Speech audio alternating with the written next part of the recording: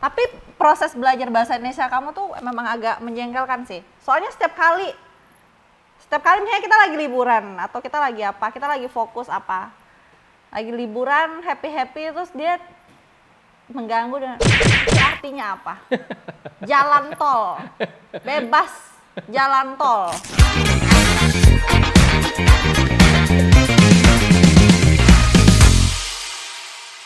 Tadi kan posisinya kan Mr. Bean dan Mbak Santi ketika menikah, Mr. Bean belum bisa bahasa Indonesia, tapi Mbak Santi udah bisa bahasa Mandarin.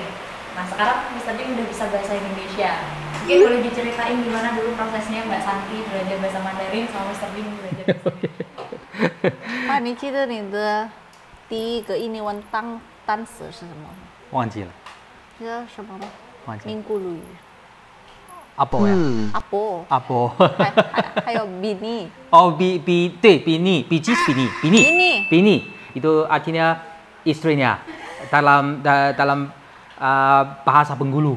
Ya, waktu itu kan kita menikah terus diajari oleh yang fotografer juga. Ini bini saya.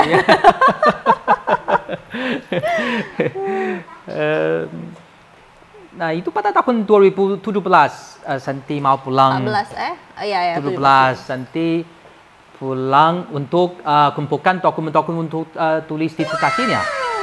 Nah, waktu kita tinggal di kota Wuhan di China, saya tidak ada kesempatan pakai bahasa Indonesia kan. Meskipun kita sering berkumpul dengan mahasiswa-mahasiswa di kota Wuhan, kita makan bersama atau ada acara-acaranya. Nah, pada Lebaran Idul Fitri kita mengajak mahasiswa di Indonesia yang belajar di Wuhan berkumpul di rumah saya. Nah, kita makan bersama, obrol-obrol, sholat bersama juga. Nah, waktu itu saya terus tidak merasa kebutuhan belajar bahasa Indonesia. Terus pada tahun 2018 saya ikut Santi ke Indonesia. Nah, pada waktu itu saya ada bantuan kan, ya Santi bisa omong bahasa Mandarin. Saya tidak merasa sulit tanpa tidak bisa omong bahasa Indonesia. Nah, kalau semakin tinggal di sini, semakin saya merasa kadang-kadang tidak enak. Kita bisa omong langsung dengan teman-teman di sini, terus yang pembantu atau beli sendiri, atau saya menghadapi kesulitan. Nah, pertama saya merasa kalau mau tinggal di sini untuk lancar kehidupan saya, terus saya juga mau mempelajari lebih banyak kebudayaan Indonesia. Terus saya mau berkomunikasi langsung dengan teman-teman Indonesia di sini. Saya harus belajar bahasa Indonesia. Ini untuk manfaat semua orang. Terus saya mulai belajar sedikit. Waktu itu saya tidak tahu caranya. Bagaimana yang lebih cocok untuk bagi saya. Terus saya tulis aja sedikit-sedikit ini aja. Nah, terus saya tanyakan yang teman-teman, ini benar enggak? Kalau kalimat ini benar enggak? Kata ini enggak sesuai enggak? Ya begini. Terus saya beli buku-buku yang dipublish di China. Itu untuk mahasiswa China yang jurusan bahasa Mandarin. Nah, saya beli buku, terus saya belajar sendiri. Menurut buku-bukunya, ini buku itu sudah lama, ada banyak kesalahan, Tapi saya belajar ikut ya yang grammarnya, yang ya menurut itu. Kalau ada pertanyaan, ada tempat saya bingung, saya tanyakan dari teman-teman. Bukan dari istri saya. Kalau saya tanyakan istri saya, sering dia marah. Habisnya pertanyaannya tuh aneh-aneh. Kalau begini gimana? Kalau itu gimana? Ya jawabannya begini. Enggak, bukan salah begitu. Nah, saya itu kalau saya dosen kan, saya mau tanyakan alasannya. Kenapa pakai ini? Ya enggak, bahasanya begitu, Pak. Ya, supaya saya bisa ingat lebih bagus. Ya, itu alasannya. Nah, sampai sekarang saya sudah maju, tapi belum cukup. Jadi Ya. bahasa Indonesianya itu dia nggak pernah les, nggak pernah panggil guru. Jadi benar-benar by book, benar-benar kayak baca buku terus ditulis satu-satu, dihafalin satu-satu gitu. Terus tapi proses belajar bahasa Indonesia kamu tuh memang agak menjengkelkan sih. Soalnya setiap kali misalnya kita lagi liburan atau kita lagi apa, kita lagi fokus apa, lagi liburan happy terus dia mengganggu dengan itu artinya apa? Jalan tol, bebas jalan tol. Itu dia satu-satu. Aduh, orang lagi mau liburan masih disuruh mikir. Ya, ganggu kan? Ganggu. Itu respons saya otomatis kan. Oh, itu. Semua dicatetin. Di rumah sakit pun juga begitu. Misalnya ruang observasi. Oh, apa tuh bahasa Indonesianya, bahasa Mandarinnya atau gimana? Oh, bedanya ini namanya apa? Ini apa gitu. Jadi setiap kali jalan sama dia tuh otak kita tuh selalu disuruh mikir. Apa? Sui hen tao ya. Tapi saya sudah tua, saya harus rajin ya. Saya ditulis supaya bisa diingat. Takut lupa ya, sering lupa. Takut lupa. Dan terus saya sering pergi ke Bengkulu, kan ada teman-teman tetangga. Kalau waktu itu saya merasa tidak enak kalau biasa omong saya tidak bisa balas. Ya. Kalau sekarang sudah merasa enak, ya mereka suka omong dengan saya. Ya. Nah, tentang kebudayaannya antara negara, ada banyak tempat-tempat berbeda kan. Seperti saya dulu omong, nah di sana ada agama juga, ada agama, semua agama di sini ada juga, tapi bukan semua orang yang punya agama. Karena di sini setiap orang punya agama. Terus kalau yang tidak punya agama di sana tidak bisa paham dengan mendalam apa agamanya. Terus kalau tentang kebiasaan sehari-hari ada berbeda juga kan, kebiasaan tak berbeda. Tapi bagi saya merasa sangat enak tinggal di Indonesia. Kenapa? Kalau orang di sini lebih friendly ya, ramah, yes ramah. Terus sangat siap untuk membantu. Tanyakan, contohnya kalau yang mau diarahi, kalau sesat, kalau mau diarahi, orangnya sangat siap untuk membantu. Saya kalau Satpam BCA apa? Satpam BCA. Iya. Terus kalau ya sepertinya kalau di Satpam di BCA, kalau saya pernah melakukan bisnis, pusing bisnis di sana, yang Satpamnya sangat membantu. Kalian bukannya just buka pintu, terus menunjukkan yang formnya untuk diisi, bisa dijelaskan yang apa-apa, sangat, ya saya merasa kalau dibandingkan yang Satpam di China, maaf ya, kalau ini sangat qualified, sangat suka pekerjaan ini, sangat rajin. Profesional. Ya, sangat profesional. Iya. Satpam profesional. Ya, sangat. Itu sangat impresif kalau di ini juga.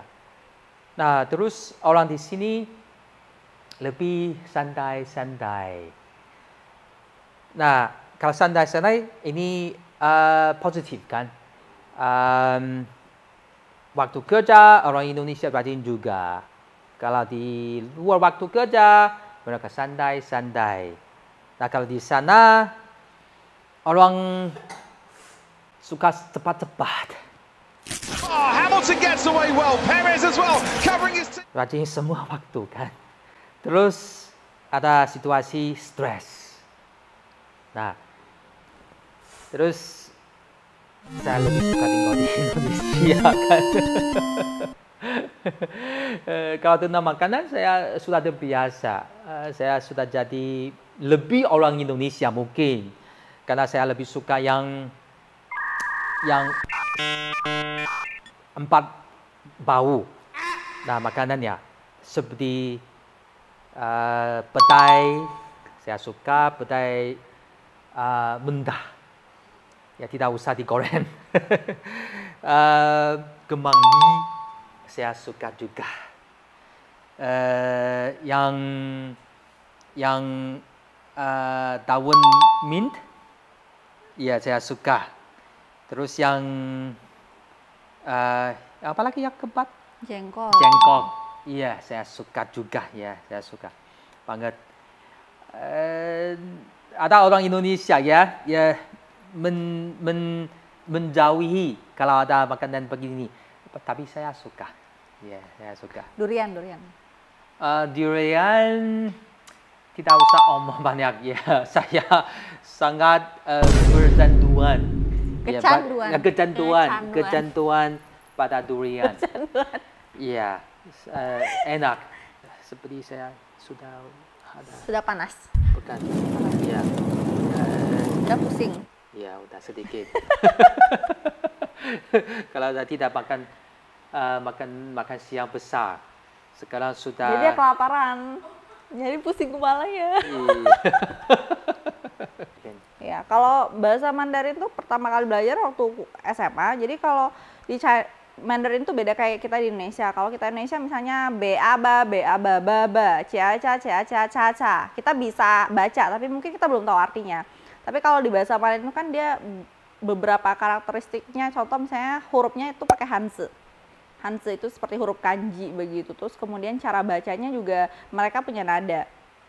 Nah, jadi ada beberapa nada, dan yang ketiga itu mungkin tulisan pinginnya itu, latinnya itu belum tentu bacanya sama. Contoh misalnya